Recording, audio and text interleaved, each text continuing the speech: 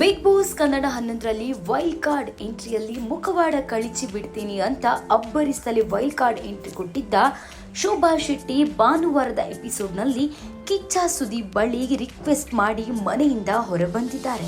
ಸಿಕ್ಕ ಒಂದೊಳ್ಳೆ ಅವಕಾಶವನ್ನು ಕಳೆದುಕೊಂಡಿದ್ದಾರೆ. ಇದೀಗ ಸೋಷಿಯಲ್ ಮೀಡಿಯಾದಲ್ಲಿ ತಮ್ಮ ನಿರ್ಧಾರವನ್ನು ಭಾವನಾತ್ಮಕ ಪತ್ರದ ಮೂಲಕ ಹಂಚಿಕೊಂಡಿದ್ದು ಕಿಚ್ಚನ ಬಳಿ ಕ್ಷಮೆಯಾಚಿಸಿದ್ದಾರೆ.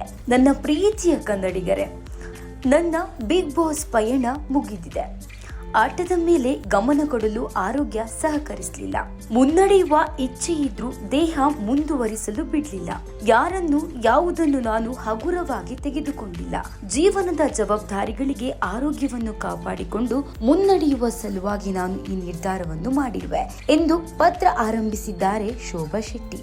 ಇದೆಲ್ಲದರ ಮಧ್ಯೆ ನೀವು ತೋರಿಸಿದ ಪ್ರೀತಿ ಮತ್ತು ಬೆಂಬಲಕ್ಕೆ ನಾನು ಆಭಾರಿಯಾಗಿದ್ದೇನೆ. ತಿಳಿದು ತಿಳಿಯದೆಯೂ ನನ್ನಿಂದ ಯಾರಿಗಾದ್ರೂ ಬೇಜಾರವಾಗಿದ್ರೆ ದಯವಿಟ್ಟು ಕ್ಷಮಿಸಿ. ನನ್ನ ಜನರಿಗೆ, ಕಲರ್ಸ್ ಕನ್ನಡ ತಂಡಕ್ಕೆ ಹಾಗೂ ನನ್ನ ಪ್ರೀತಿಯ ಕಿಚ್ಚ ಸುದೀಪ್ ಸರಿಗೆ ಧನ್ಯವಾದಗಳು ಎಂದು ಶೋಭಾ ಶೆಟ್ಟಿ ಅವರು ಪೋಸ್ಟ್ ಹಾಕಿದ್ದಾರೆ. ಆದ್ರೆ ಅವನ ನಿರ್ಧಾರದಿಂದ ಕಿಚ್ಚ ಅಭಿಮಾನಿಗಳಿಗೆ, ಬಿಗ್ ಬಾಸ್ ಪ್ರೇಕ್ಷಕರಿಗೂ ಕೂಡ ತುಂಬಾನೇ ನೋವಾಗಿದೆ ಎಂದು ಸೋಷಿಯಲ್ ಮೀಡಿಯಾದಲ್ಲಿ ಕಮೆಂಟ್ಸ್ಗಳು ಹರಿದಾಡ್ತಿದೆ.